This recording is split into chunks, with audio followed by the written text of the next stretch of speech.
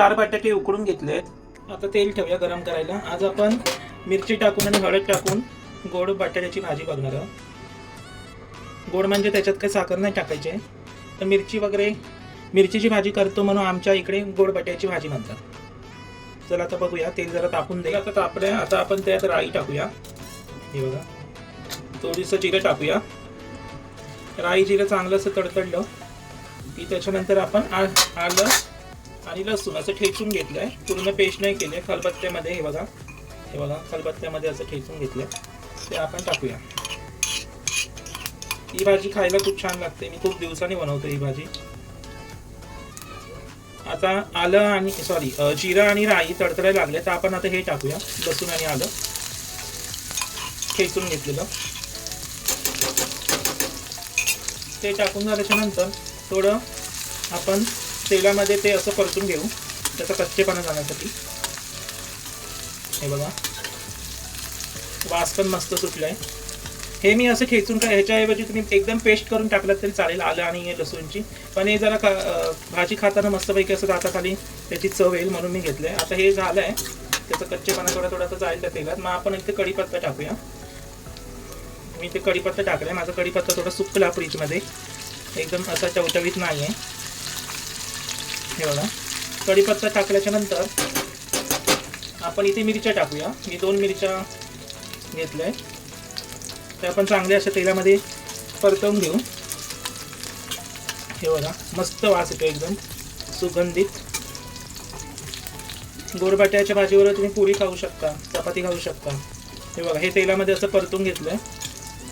जिरं राई जास्त पण अशी करपलेली नाही आहे, कारण ढवळत असल्यामुळे व्यवस्थित ती त्याच्यामध्ये हे झालेली आहे.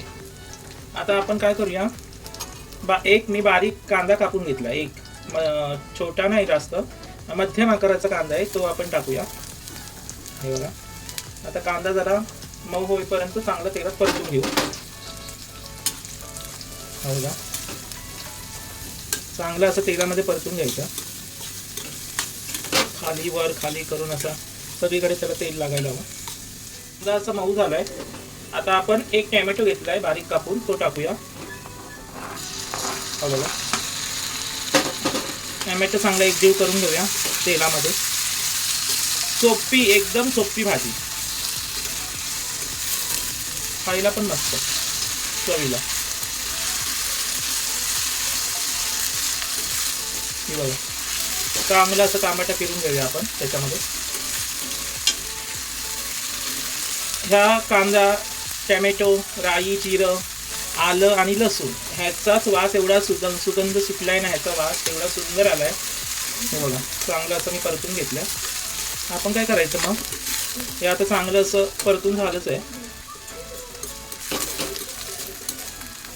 4 बटाटा घेतलेले ना, त्याचे असे पोळी केले, त्याला हळद लावली, मीठ लावलं, म्हणजे ढवळताना मग ती आतमध्ये कुस्करणार नाही, ह्याच्यासाठी मी आधीच करून घेतलं. तर आता ह्या बटाटे, हळद आणि मीठ लावलेली बटाटे आहे ना, ती त्याच्यामध्ये आपण हे करू टाकू. आता आपण काय करायचं, पक्कड घ्यायची आणि असं खाली वर सगळं एकत्र करायचं हळूहळू. बघा, मस्तपैकी भाजी दिसणार, खायला पण एकदम मस्त.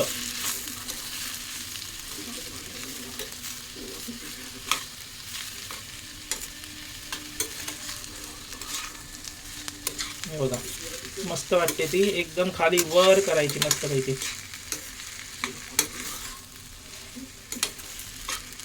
हे बघा, चांगली ढवळून घ्यायची, सगळं एकजीव व्हायला पाहिजे, मस्त लागते खायला. हे बघा,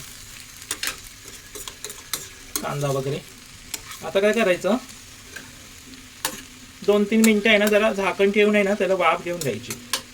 ऐकलं म्हणजे मग आणि ती मस्त लागेल. हे बघा, आता मी जरा झाकण ठेवतो आणि 2-3 मिनिटं वाफ देतो. वाफ दिल्याच्या नंतर परत एकदा ढवळायची, खालीवर परतून घ्यायची. 2-3 मिनिटं झाली आहेत. आता आपण झाकण काढू, परत एकदा भाजी खालीवर अशी ढवळून घेऊ. बघा, जरा पण लागली नाही भाजी खाली. हे बघा, मस्त झाली दिसायला. चवीला तर छानच असणार, दिसायला पण भारी आहे. आता मी त्याच्यावर आता भाजी रेडीच आहे, पण त्याच्यावर शेवटचं म्हणून ही कस्तुरी मेथी आहे ती थोडी टाकतो आणि त्या भाजीला मस्तपैकी चव येईल. आता परत कस्तुरी मेथी टाकल्यामुळे आपण परत एकदा ही भाजी खालीवर चांगली अशी ढवळून घेऊया. कस्तुरी मेथी लागू दे मस्तपैकी. कळलं काय? गॅस कमीच ठेवायचा कारण बटाटी तर काय उकडलेली आहे म्हणून काय उकडायची ह्याच्यामध्ये गरज नाही. मस्तपैकी गॅस असं बारीक ठेवायचा.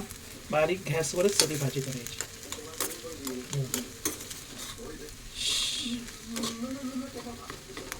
बघा आता कस्तुरी मेथी मी टाकली. याच्यावर तुम्ही हे पण टाकू शकता, कोथिंबीर तर टाकू शकता. तर मी कोथिंबीर खरं सांगू का, कोथिंबीरनं मी प्रत्येक वेळी आणतो टिश्यू पेपरमध्ये व्यवस्थित अशा डब्यामध्ये मी ठेवतो, पण ती टिकतच नाही. कोथिंबीर वैतागायला लागला. फ्रीजमध्ये ठेवून सुद्धा ती व्यवस्थित राहत नाही. हे बघा मस्तपैकी झाली आहे, फिरून घ्यायची मस्तपैकी. म्हणून मी कस्तुरी मेथी आणून ठेवते. तुम्ही तर समजू शकता, कोथिंबीरचं पण तुम्हाला माहितीच असणार. आता हे जरा मी हे मस्त भाजी आली, वास पण छान येतोय. करून बघा अशी भाजी नक्कीच.